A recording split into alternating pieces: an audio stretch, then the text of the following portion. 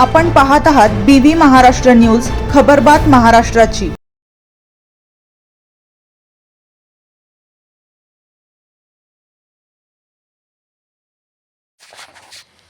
वटार येथे प्रजासत्ताक दिन मोठ्या उत्सवात साजरा। बागलाण तालुक्यातील वटार येथे 26 जानेवारी हा प्रजासत्ताक दिन मोठ्या उत्साहात साजरा करण्यात आला। ग्रामपंचायत कार्यालयात ध्वजारोहण सेवानिवृत्त गटविकास अधिकारी फकीरा धर्मा खेरनार यांच्या हस्ते करण्यात आले। यावेळी प्रमुख पाहुणे म्हणून सरपंच मच्छिंद्र खेरनार, उपसरपंच मीना गांगुर्डे, ग्रामसेवक विकेश भोये, तलाठी हेमंत बच्चाव, पोलीस पाटील किरण खेरनार, योगेश खेरनार, हरिभाऊ खेरनार, ग्रामपंचायत सदस्य किशोर बागुल, पंडित गांगुर्डे, विश्वनाथ खेरनार, संजय पवार, मनोज अहिरे, संतोष गांगुर्डे आदींसह मान्यवर उपस्थित होते।